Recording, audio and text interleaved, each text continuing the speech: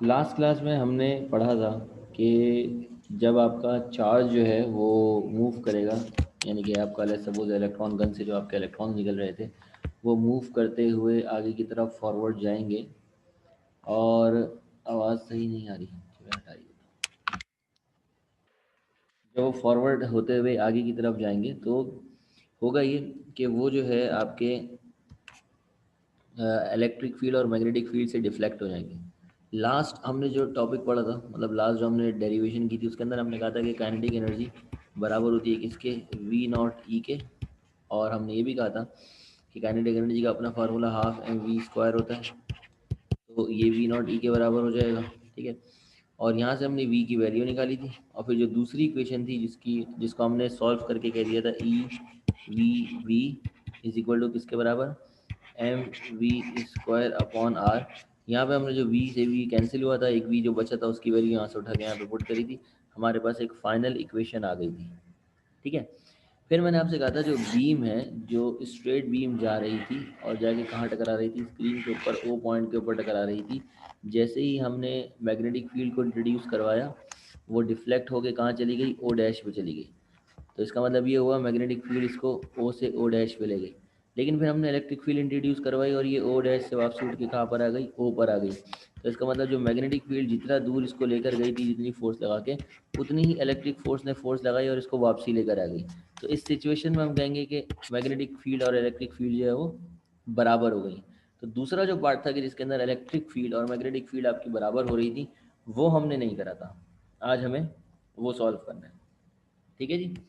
तो उसके सॉल्यूशन के अंदर हमें सबसे पहले क्या देखना होगा, सबसे पहले हम बात करते हैं वही जो आपने पढ़ा है कि हमारे पास जो दूसरा मेथड है, better method for finding the velocity of electron, जिसको हम यूज़ कर सकते हैं, जिसके अंदर हम इलेक्ट्रिक फील्ड को और मैग्नेटिक फील्ड को बैलेंस करवा सकते हैं।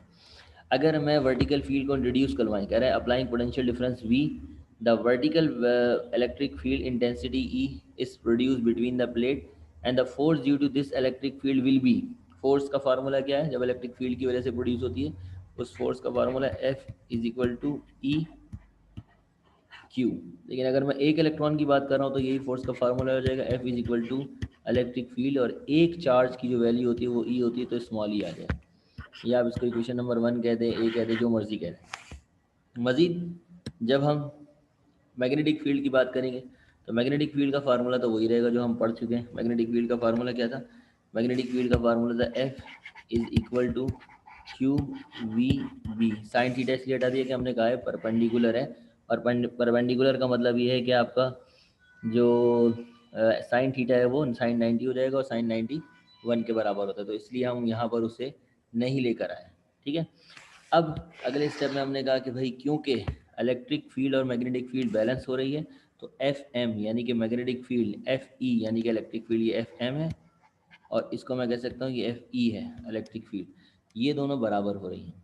तो इस सिचुएशन में एफ एम की जगह मैं क्या रखूँगा, क्यू की जगह ई वी वी। एक इलेक्ट्रॉन की अगर बात करें तो क्यू की जगह क्या आ जाता है, ई। हाँ, ये चैप्टर 14 ही का टॉपिक है जो रह गया था। इज इक्वल टू किसके बराबर हो जाएगा, ई इंटू ई के। ई से स्मॉल ई कैंसिल हो जाएगा। वेलोसिटी की वैल्यू अगर मैं यहाँ से निकालूँ क्या आएगी, ई डिवाइडेड बाय वी, ये आ जाएगी वेलोसिटी की वैल्यू। इस वेलोसिटी की वैल्यू को उठा के रख देते हैं उस प्रीवियस इक्वेशन में। अगर आपको याद हो, प्रीवियस इक्वेशन जो हमारी थी, जो हमने ड्राइव करी थी वेलोसिटी के लिए, जहाँ पर हमने काइनेटिक एनर्जी की फार्मूले की मदद से वेलोसिटी रखी थी, ये जो है आपकी charge to mass ratio E upon M is equal to V into B are.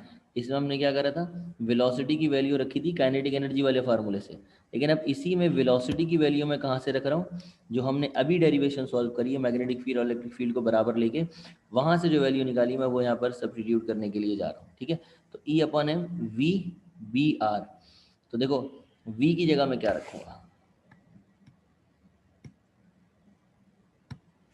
देखो charge to mass ratio E upon M is equal to V B और आर। तो ये हो जाएगा मेरे पास वेलोसिटी की जगह ई अपॉन बी, तो हो जाएगा E upon M into E divided by B और फिर बी आर।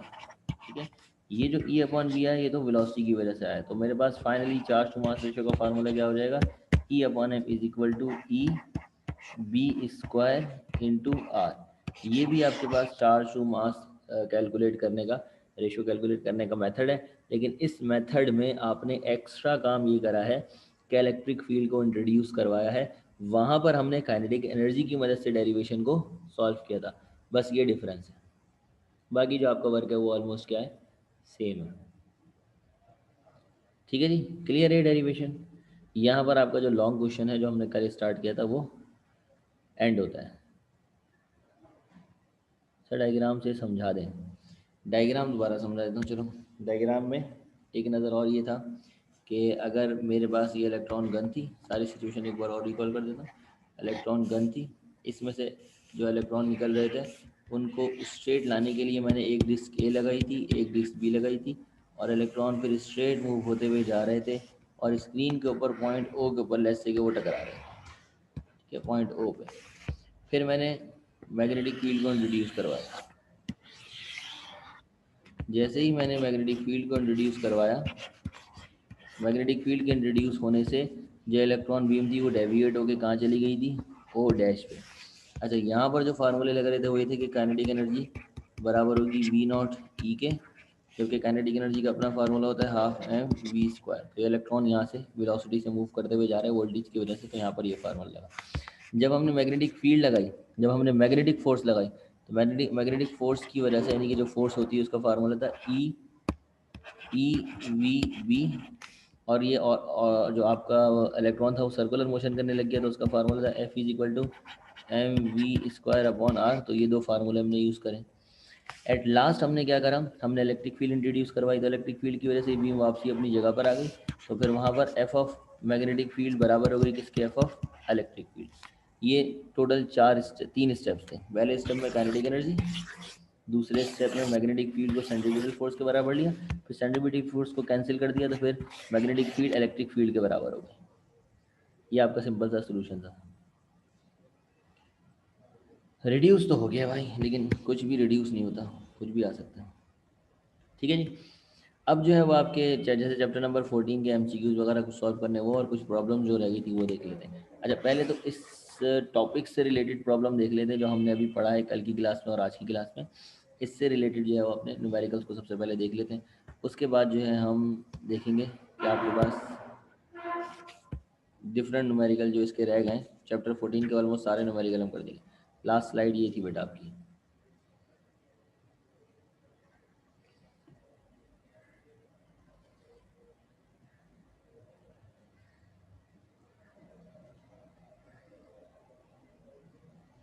डायग्राम वाली तो मैंने रायन सारी मिटा दी, डायग्राम वाली तो अलग से दी। डायग्राम वाली का क्या करना है, वो तो फिर ये वाली डायग्राम में बनाई थी मैंने, बुक में बनी हुई है ये वाली डायग्राम, ये वाली डायग्राम बनाई थी। अच्छा ये चाहिए, ये वाली,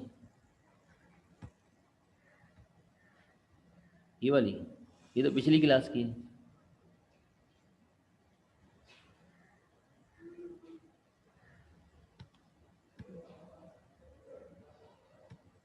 चलो खैर बहरहाल उसमें से ले लेना।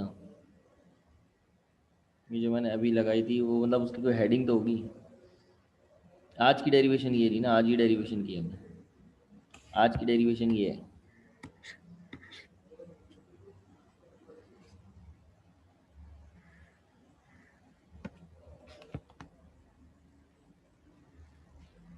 देख लो आज की डेरिवेशन देख लो, फिर आगे चलते हैं न्यूमेरिकल्स की तरफ।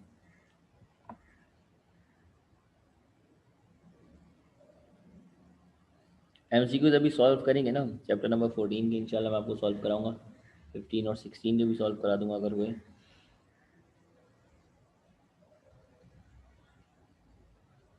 न्यूमेरिकल्स के बाद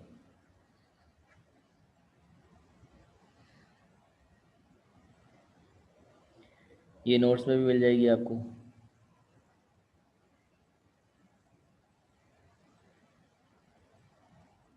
चलो मैं कोशिश किया करूँगा, नोट्स मेरे पास नोट्स हैं नहीं असल में ना, लेकिन चलो फिर भी मैं कोशिश कर लूँगा।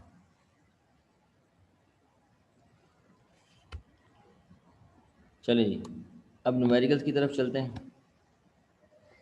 अच्छा, न्यूमेरिकल्स जो है वो इसी टॉपिक का है या नहीं, ये कैसे पता चलेगा? v equal to one V के बाद क्या हुआ, v is equal to E upon V के बाद हमने जो वेलोसिटी की वैल्यू निकाली इसको पिछली वाली इक्वेशन में पुट कर दिया। पिछली वाली जो इक्वेशन हमने की थी ना, रेडियस वाली equation, radius of the circular path, उसके अंदर उठा के पुट कर दिया बस। ये जो है ना, ये v की वैल्यू आ गई। अब ये जो है ये पुरानी इक्वेशन है, नई नहीं है, ये पुरानी इक्वेशन है। जो पुरानी इक्वेशन के अंदर हमने ई अपॉन एम निकाला था उसके अंदर v की वैल्यू पहले काइनेटिक एनर्जी से निकाल के रखी थी ना, अब हमने v की वैल्यू ये वाली रख दी, बस ये करें।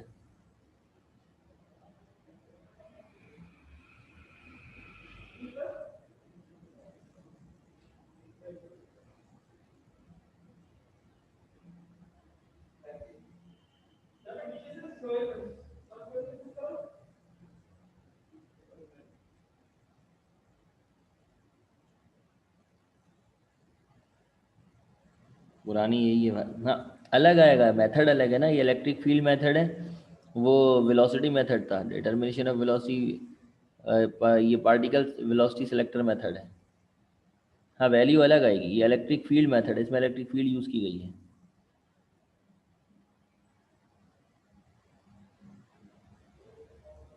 ई अपॉन एम की वैल्यू यही तो थी भाई, मैंने गलत ले ली क्या? ई अपॉन एम की वैल्यू ये नहीं आई थी, ये वाली यूज़ कर रहे हैं।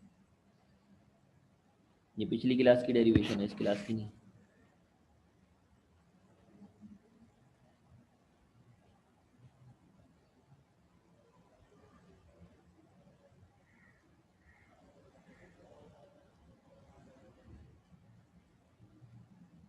इसी इक्वेशन में देखो, मैंने वेलोसिटी की जगह ये रखा था ना पहले, अब वेलोसिटी की जगह मैंने इसी इक्वेशन में वेलोसिटी की जगह रख दिया ई अपॉन बी, बस ये चेंज है।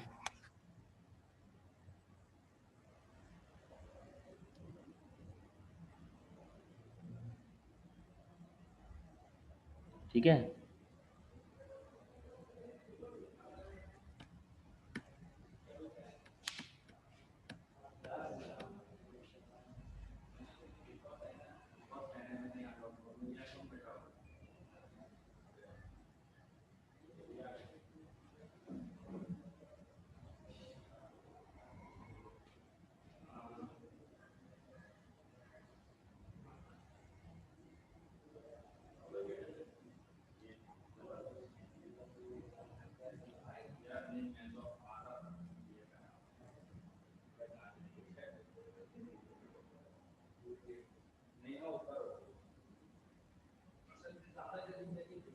ठीक है, आगे चले। रायन साजिद कहाँ अटका दिया?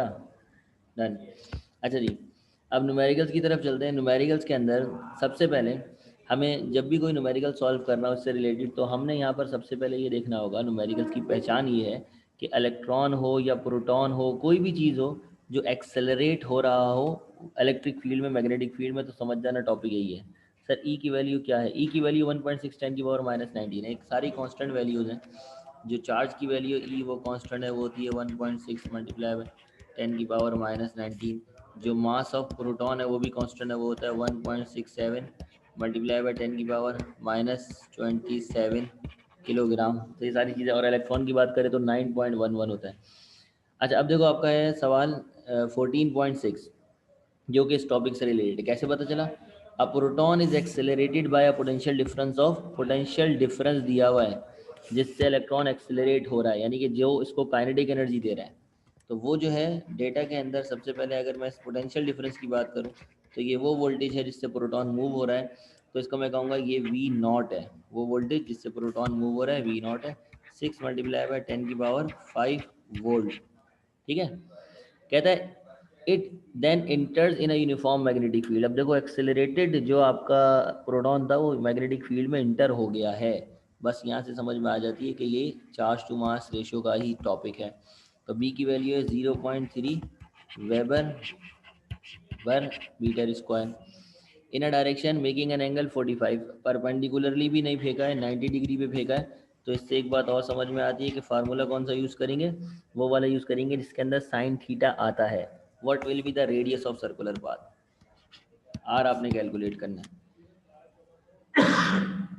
इसके अलावा इसने मुझे क्या नहीं दिया, इसने मुझे ई नहीं दिया। ई मुझे पता है कितना है, 1.6 मल्टीप्लाई बाई 10⁻⁻19 कूलम। इसने मुझे मास ऑफ प्रोटॉन नहीं दिया। मास ऑफ प्रोटॉन यहाँ पे लेंगे 1.67 मल्टीप्लाई बाई 10⁻⁻27, क्योंकि प्रोटॉन की बात हो रही है ना, प्रोटॉन की बात हो रही थी, इसलिए मैंने प्रोटॉन का चार्ज और प्रोटॉन का मास लिया। इलेक्ट्रॉन की बात करेगा तो इलेक्ट्रॉन का चार्ज तो सेम रहेगा, लेकिन उसका मास अलग होगा, तो फिर वो लेंगे। ठीक है।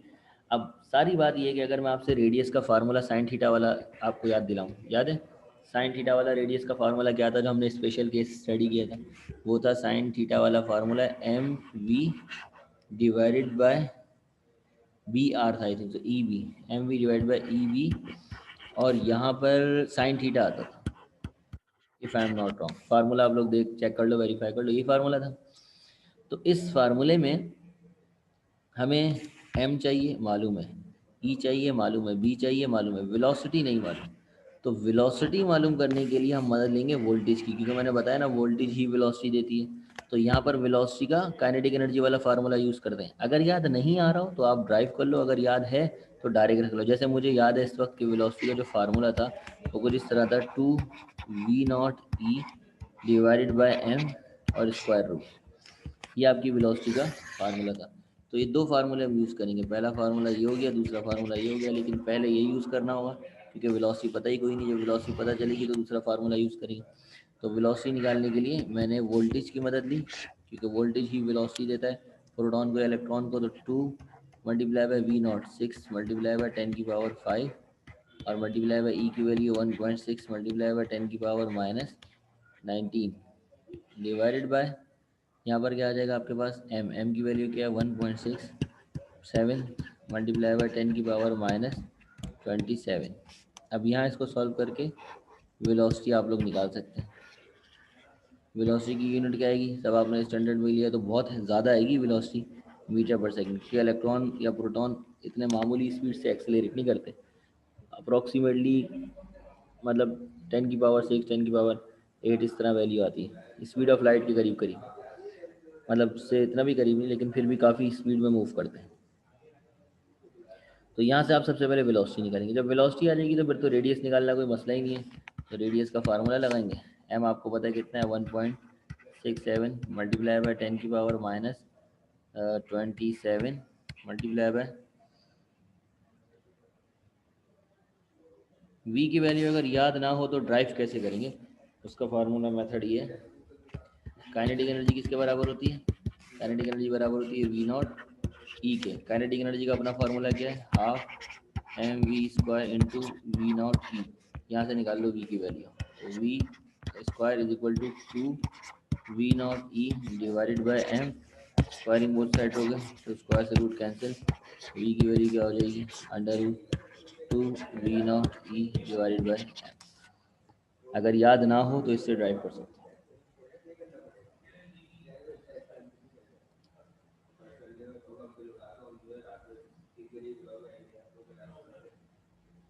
ठीक है रैन, हटा दूँ?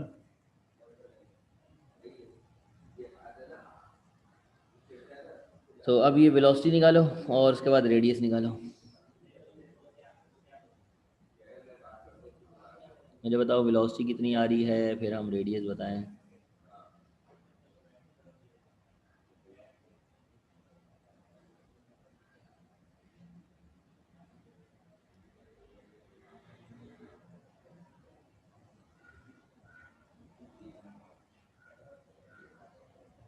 वो तेरी सही आंसर, लेकिन जैसे इसको 10 की पावर में कन्वर्ट कर देते ना, 1.07 मल्टीप्लाई बाय 10 की पावर कितनी बनेगी, 10 की पावर, ओ भाई क्या निकाल दिया जुनैन, अंडर रूट नहीं लिया क्या, 1 2 3 4 5 6 7, 10⁻7 आ जाएगा, शॉर्ट करके लिख दिया। ठीक है।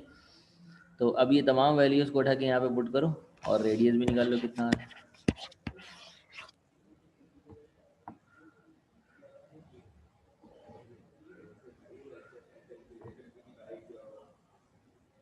जुनैन तुम्हारी जो आंसर है ना वो सही नहीं है, उन्होंने स्क्वायर रूट नहीं लिया शायद,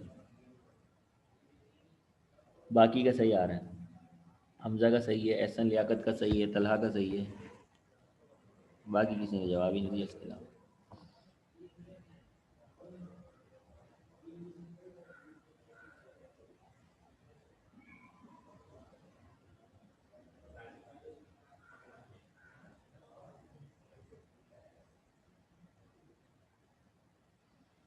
क्यों नहीं आ रही है?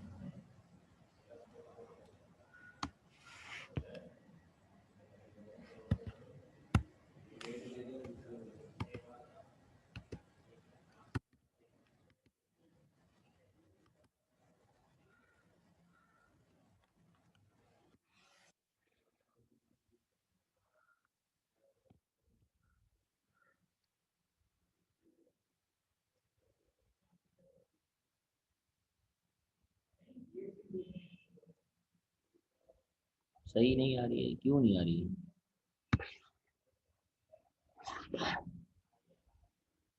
ये देखो तुम्हारे सामने मैं कैलकुलेशन करूँगी, ये लो new share calculator.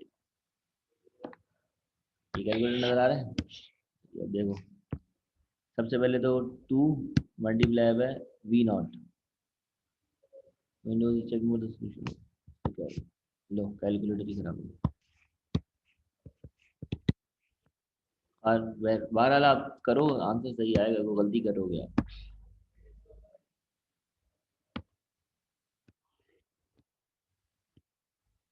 Ehsan Liaquat का तो रेडियस का भी आंसर आ गया, बिल्कुल सही आया।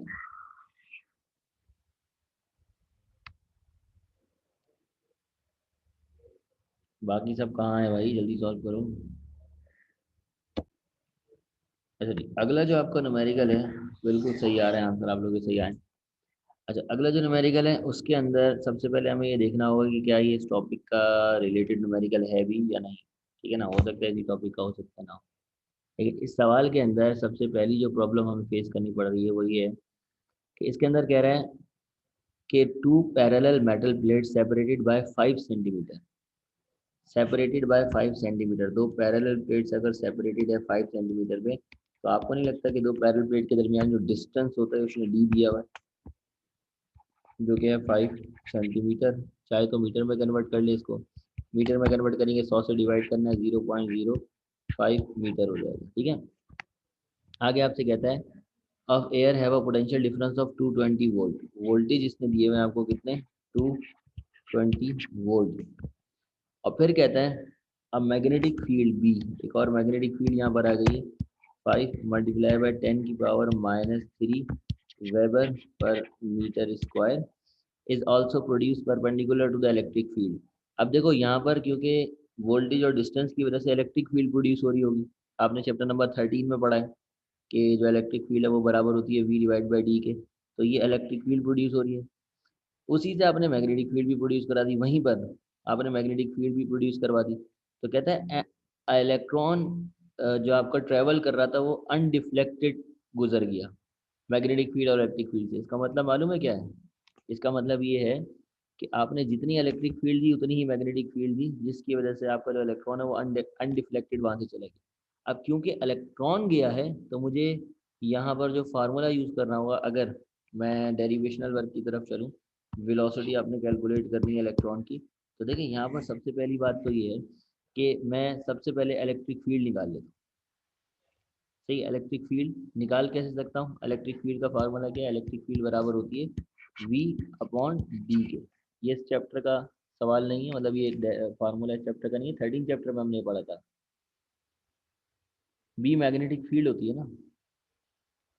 अच्छा, अब यहाँ से इलेक्ट्रिक फील्ड निकालना आपके लिए कोई मसला नहीं, दोनों चीज़ आपको गिवन है, तो इलेक्ट्रिक फील्ड आपके पास आ जाएगी, वोल्टेज की जगह रखा 220 डिवाइडेड बाय डी की जगह रखा 0.05, यहाँ से आपने इलेक्ट्रिक फील्ड निकाल ली। ठीक है, अब क्योंकि वेलोसिटी निकालनी है तो वेलोसिटी मेथड जो था, इलेक्ट्रिक फील्ड मेथड था, वो वाला मेथड यूज होगा। अगर वो फार्मूला भी याद ना हो तो मैंने बताया ना उसकी ट्रिक क्या है, उसकी ट्रिक भी यही है कि आप फार्मूला ड्राइव करें। ड्राइव करने का तरीका क्या है, ड्राइव करने का तरीका ये है कि जो आपका मैग्नेटिक फील्ड है, अगर आपको याद हो, जो मैग्नेटिक फील्ड है उसका फार्मूला है ई वी बी, और इलेक्ट्रिक फील्ड का फार्मूला था ई इंटू ई। ई से ई कैंसिल, तो वेलोसिटी बराबर हो गई किसके, ई अपॉन बी के। अब दोनों चीज़ें आपने कैलकुलेट कर ली, ये आपको मालूम है क्या है, यहाँ पे आ चुका होगा 4400 और यहाँ पर जो मैग्नेटिक फील्ड है वो इसने आपको दी हुई थी, कितनी हुई थी, दी हुई थी 5 मल्टीप्लाई बाय 10⁻³ इन दोनों को डिवाइड कर लें, वेलोसिटी आ जाएगी।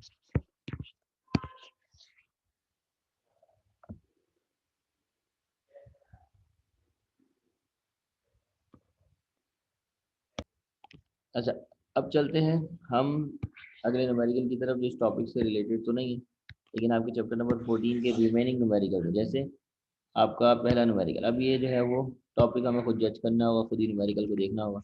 आंसर इसका लिखा हुआ है, कह रहे हैं a horizontal straight wire 5 centimetre long, एक वायर है जो कि 5 सेंटीमीटर लॉन्ग है। डेटा बनाया, डेटा के अंदर हमने लिखी लेंथ ऑफ अ वायर कितनी है 5 सेंटीमीटर, यानी कि 0.05 मीटर। इसके बाद कहता है जो उसका वेट है वो है 1.2 ग्राम पर मीटर। तो एक्चुअल में ये सिर्फ वेट नहीं, ये लीनियर डेंसिटी है, मास अपॉन जो आपका लेंथ है, mass upon length linear density बन जाएगी। तो इसको लिखने के दो तरीके, या तो आप इसको ऐसे लिखो, मास को m से रिप्रेजेंट करते हैं, सही है, और लेंथ को l से रिप्रेजेंट करते हैं, तो हो गया मास अपॉन लेंथ।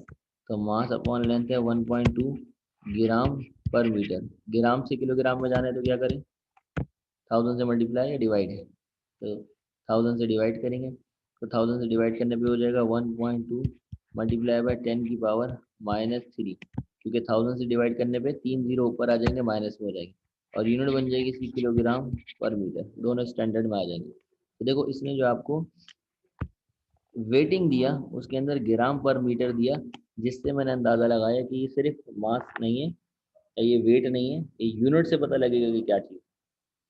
ये घुमा के देने के तरीके होते हैं चीज़ों को। इसी तरह कह रहे हैं place to a uniform horizontal field of field, यानी कि मैग्नेटिक फील्ड दी हुई, मैग्नेटिक फील्ड को किससे रिप्रेजेंट करते हैं, बी से रिप्रेजेंट करते हैं, कितनी है 0.6 वेबर पर मीटर स्क्वायर। ठीक है जी। अब कहते हैं if the resistance of a wire is 3.8 ओम पर मीटर, तो भाई रेजिस्टेंस तो आर से रिप्रेजेंट होती है, उसकी यूनिट ओम होती है, ओम पर मीटर का मतलब ये इसने रेजिस्टेंस पर यूनिट लेंथ दी हुई है, और रेजिस्टेंस पर यूनिट लेंथ का मतलब 3.8 ओम पर मीटर, इसलिए हमें इसको ऐसे लिखना होगा। ठीक है, तो ये ज़रूरी है कि अगर यूनिट के अंदर आपको कहीं घपला नज़र आ जाए, इस जो न्यूमेरिकल है इसके अंदर खास बात समझने की ये थी, कहीं पर भी आपको इस तरह का न्यूमेरिकल नहीं मिलेगा, सिवाय फर्स्ट ईयर के अंदर एक ऐसा और न्यूमेरिकल था, अगर आपको याद हो चैप्टर नंबर 7 के अंदर था वो, चैप्टर नंबर 7 का न्यूमेरिकल नंबर 6 था या 7 ही था, ठीक है ना। उसके अंदर इसने आपको दिया हुआ था इसी तरह दो यूनिट्स को, तो फिर हमने दोनों यूनिट्स को अलग अलग लिखा था। सिमिलरली यहाँ पे भी दो फिजिकल क्वांटिटीज़ को उसने एक ही बना के दिया हुआ है, एक्चुअल में वो रेजिस्टेंस सिर्फ पर यूनिट लेंथ की बता रहे हैं, यानी कि 1 मीटर लेंथ की बता रहे हैं, लेकिन हमें जितना वायर हमें दिया हुआ है वो अलग है, वो 1 मीटर का वायर थोड़ी है, तो हम आर को 3.8 नहीं ले सकते, हमारी रेजिस्टेंस हमारी लेंथ के हिसाब से होगी, और हमारी लेंथ 0.05 है, वो 1 मीटर तो है नहीं, लेकिन जो वायर है कह रहा है उसकी रेजिस्टेंस 3.8 ओम पर मीटर है, यानी कि 1 मीटर पे वो 3.8 ओम शो करता है। मेरे पास 0.05 मीटर है, उस पर कितनी शो करेगा ये मुझे कैलकुलेट करनी है। ठीक है, ये बात समझ में आ रही है। अब कहते हैं calculate the potential difference, potential difference को किससे रिप्रेजेंट करते हैं, V is equal to question mark applied at the ends of a wire make just self supporting.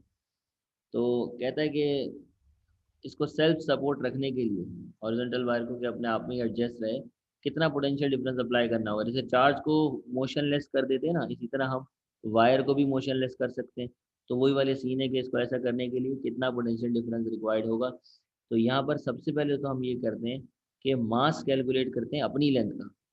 देखो 1.2 10⁻³ किलोग्राम पर मीटर का मतलब ये है कि 1 मीटर के ऊपर इसका जो मास है वो इतना है, तो 0.05 मीटर पे कितना होगा, कैसे निकालेंगे, देखो सॉल्यूशन, मास अपॉन लेंथ दिया हुआ है आपको 1.2 मल्टीप्लाई बाय 10⁻³ आपको अगर मास चाहिए तो आप लेंथ को वहाँ ले जाके मल्टीप्लाई कर देंगे, तो हो जाएगा 1.2 multiply by 10⁻³ multiply by length. तो लेंथ कितनी है हमारी 0.05। जब लेंथ से इसको मल्टीप्लाई कर लेंगे तो फिर यहाँ एम अपॉन एल नहीं रहेगा, सिर्फ एम आ जाएगा और इसकी यूनिट भी क्या होगी फिर किलोग्राम।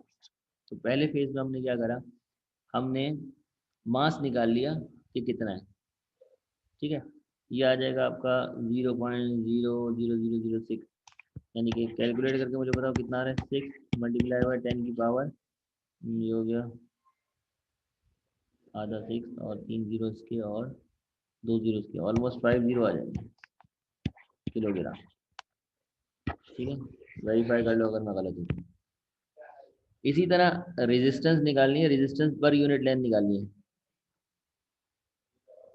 तो रेजिस्टेंस पर यूनिट लेंथ बराबर है किसके, दिया हुआ है आपको, कितना दिया हुआ है इसने resistance per unit length,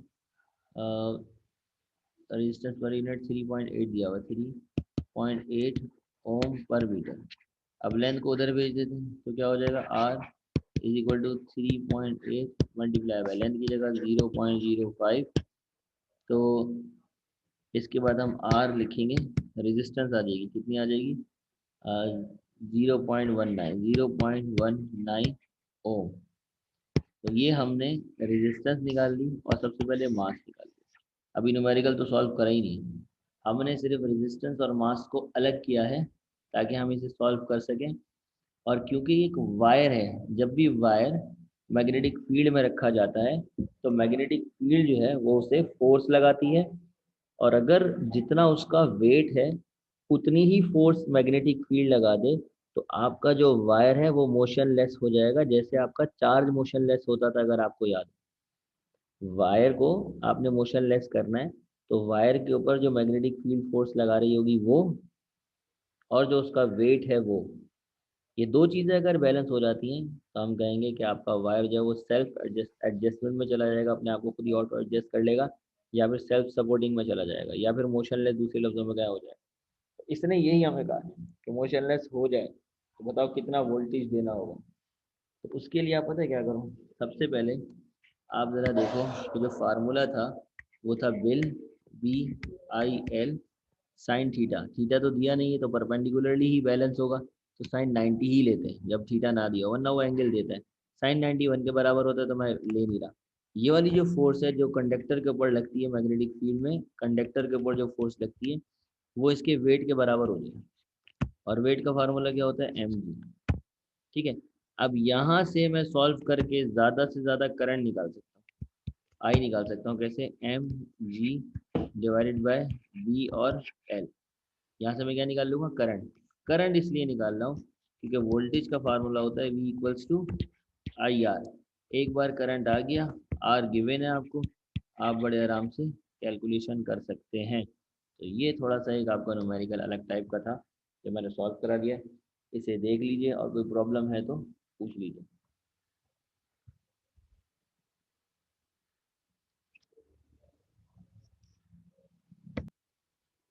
proton और न्यूट्रॉन का जो पाथ होता है वो सर्कुलर होता है मैग्नेटिक फील्ड में, लेकिन जो न्यूट्रॉन है उसका स्ट्रेट लाइन होगा क्योंकि कोई फोर्स उसके ऊपर एक्ट नहीं करेगी।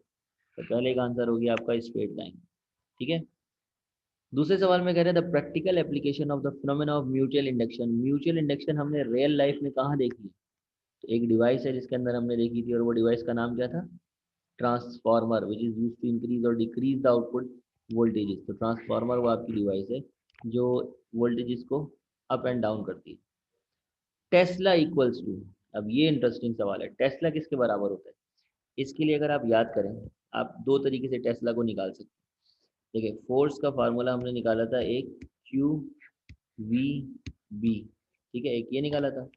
दूसरा हमने निकाला था फोर्स का फार्मूला बिल sine theta, B I L, बिल साइन थीटा।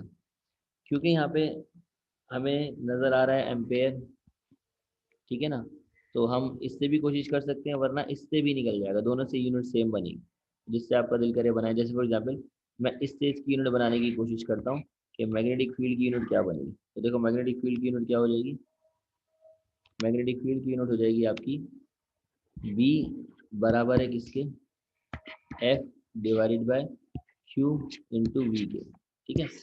अच्छा अब आ जाते हैं ज़रा, B is equal to F की जगह मैंने रख दिया न्यूटन, क्यू की जगह रख दिया कूलम, ठीक है। और वेलोसिटी की जगह रख दिया मीटर अपॉन सेकेंड। अच्छा, कूलम पर सेकेंड किसके बराबर होता है? एम्पेयर के। चार्ज, कितना चार्ज फ्लो कर रहा है यूनिट टाइम में, वो आपका क्या कहलाता है? करंट कहलाता है ना। और करंट की यूनिट होती है एम्पेयर, तो इसकी जगह एम्पेयर भी रख सकता हूँ। और मीटर है जी, तो न्यूटन एम्पेयर मीटर इसकी यूनिट बन सकती है। यहाँ पर आ रहा है, ये देखो ये आ रहा है, न्यूटन एम्पेयर मीटर।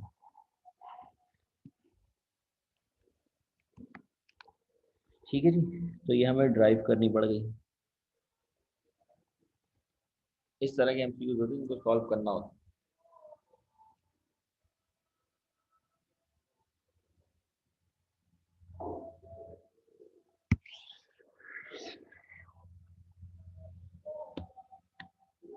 बाकी जो आसान से न्यूमेरिकल उसको तो खुद आंसर आप दें। जैसे if the speed of conductor moving in a uniform magnetic field perpendicularly increase, speed of conductor यानी कि जो मोशन है, रिलेटिव मोशन को मैं तेज तेज करने लगूंगा, ईएमएफ क्या होगी, बढ़ेगी या कम होगी?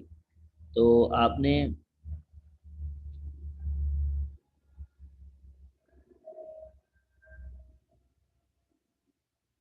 फ्लक्स के फार्मूले से टेस्ला समझाने, वो तो उससे वेबर निकलेगा, उससे दूसरी यूनिट निकलेगी वेबर वाली। फ्लक्स के फार्मूले से वेबर वाली निकलेगी, वो थी साई बराबर है किसके? बी इंटू एरिया के। ठीक है, इसकी यूनिट होती है वेबर, फ्लक्स की एरिया को डिवाइड में भी दो वेबर पर मीटर स्क्वायर, तो ये भी किसकी यूनिट है? बी की यूनिट है। तो टेस्ला इसके भी बराबर होता है। टेस्ला की यूनिट वेबर पर मीटर स्क्वायर भी है। मैग्नेटिक फील्ड को टेस्ला बोलते हैं, वेबर पर मीटर स्क्वायर बोलते हैं, और न्यूटन एम्पेयर मीटर भी बोलते हैं। ठीक है रेहान सारी? अच्छा, अब जाहिर सी बात है हम ईएमएफ बढ़ाना चाह रहे, तो आपको याद हो फैराडे ने कहा था कि जब तक आप मोशन करते रहेंगे, जब तक जो है वो वोल्टेज इंट्रोड्यूस होगा। जैसे ही आप मोशन रोक देंगे वोल्ट, तो इसका मतलब मोशन पे डिपेंड कर रहा है। तो मोशन अगर आप तेज करेंगे तो जाहिर है ईएमएफ ज़्यादा प्रोड्यूस होगी, कम करेंगे तो कम होगी। ठीक है, टेस्ला वाला चलो मैं रिपीट करता हूँ, इसका आंसर तो इंक्रीज ही होगा।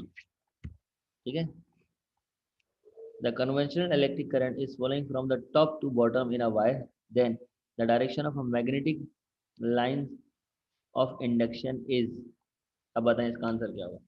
टॉप से बॉटम अगर आप अपने लेफ्ट हैंड को लेकर जाएं, टॉप से बॉटम, तो आपकी फिंगर जो कर्ल हो रही है वो किस डायरेक्शन में हो रही है? क्लॉकवाइज हो रही है या एंटी क्लॉकवाइज हो रही है? क्लॉक की तरफ देख के आपको बताना होगा। एंटी क्लॉकवाइज हो रही है, ठीक है ना। क्लॉक को सामने रखेंगे, चेक करेंगे तो एंटी क्लॉकवाइज होंगे। थंब की डायरेक्शन नीचे रखेंगे टॉप से बॉटम, तो जो डायरेक्शन ऑफ करंट होगी वो क्या होगी? एंटी पैरेलल, एंटी क्लॉकवाइज होगी। ठीक है। अच्छा, this device convert electrical energy into mechanical energy, ये डिवाइस है जो इलेक्ट्रिकल एनर्जी को मैकेनिकल एनर्जी में कन्वर्ट कर, इलेक्ट्रिकल एनर्जी को मैकेनिकल एनर्जी में कौन कन्वर्ट करता है? हमारे घर में जो लगा हुआ है जनरेटर, अगर लाइट चली जाए तो, या जो के इलेक्ट्रिक वालों ने हमें जनरेटर दिया हुआ है, मेन जनरेटर जो उनका लगा हुआ है वहाँ से हमें सप्लाई दे रहे हैं, तो वो generator. If the number of turns in a coil is doubled, it's self induction will be. Self induction का फार्मूला क्या होता है? Self induction number of turns पे डायरेक्टली डिपेंड करती है। जितना ज़्यादा नंबर ऑफ टर्न्स बढ़ेगा उतनी ज़्यादा सेल्फ इंडक्शन बढ़ेगी। तो अगर आपने डबल किया है नंबर ऑफ टर्न्स को, तो सेल्फ इंडक्शन भी आपकी क्या हो जाएगी? डबल। आपको सेल्फ इंडक्शन का फार्मूला याद करना होगा। ठीक है, डायरेक्टली रिलेट से अगर आप अच्छे से चेक कर लें, याद आ जाए आपको, तो सेल्फ इंडक्शन और number of turns directly relate है।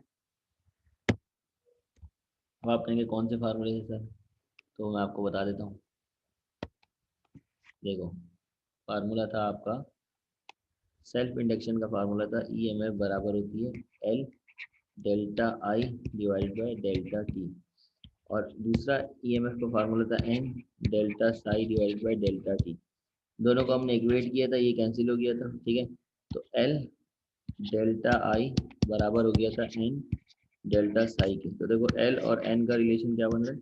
डायरेक्ट बन रहा है। तो एल जो है वो बराबर होगी delta psi divide by N into delta I, N से डायरेक्टली रिलेशन। ये भी डेरिवेशन हमने करी थी म्यूचुअल इंडक्शन में।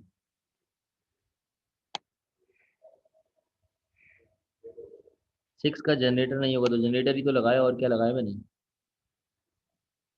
इलेक्ट्रिकल एनर्जी को, ओ सॉरी उल्टा, सॉरी सही कह रहे हो, सिक्स का जनरेटर नहीं होगा, मैंने पढ़ा नहीं समझ। इलेक्ट्रिकल एनर्जी को मैकेनिकल में कर रहा है, मैं समझा मैकेनिकल को इलेक्ट्रिकल में कर रहा हूँ, बिल्कुल सही कह रहे हो आप। क्या नाम है आपका? रायन। वो इलेक्ट्रिक मोटर होगी, सही, जो चलती है ना मोटर, वो कन्वर्ट करता है इलेक्ट्रिकल एनर्जी को मैकेनिकल एनर्जी। बिल्कुल सही कह रहा आप। मैंने सवाल को पढ़ने में गलती करी। मैंने मैकेनिकल वर्सेस इलेक्ट्रिकल नहीं, इलेक्ट्रिकल वर्सेस मैकेनिकल देखना। ठीक है, तो वो इलेक्ट्रिक मोटर होती है। बाकी जो आप टेस्ला वाला कह रहे हो ना, टेस्ला के लिए देखो साई जो है बराबर होता है बी इंटू ए। याद है, बी की यूनिट टेस्ला है, बी मैग्नेटिक फील्ड है ना, इसकी यूनिट टेस्ला है। टेस्ला साइंटिस्ट के नाम के ऊपर रखी हुई, निकोला टेस्ला। तो जो ये फ्लक्स है इसकी यूनिट है वेबर।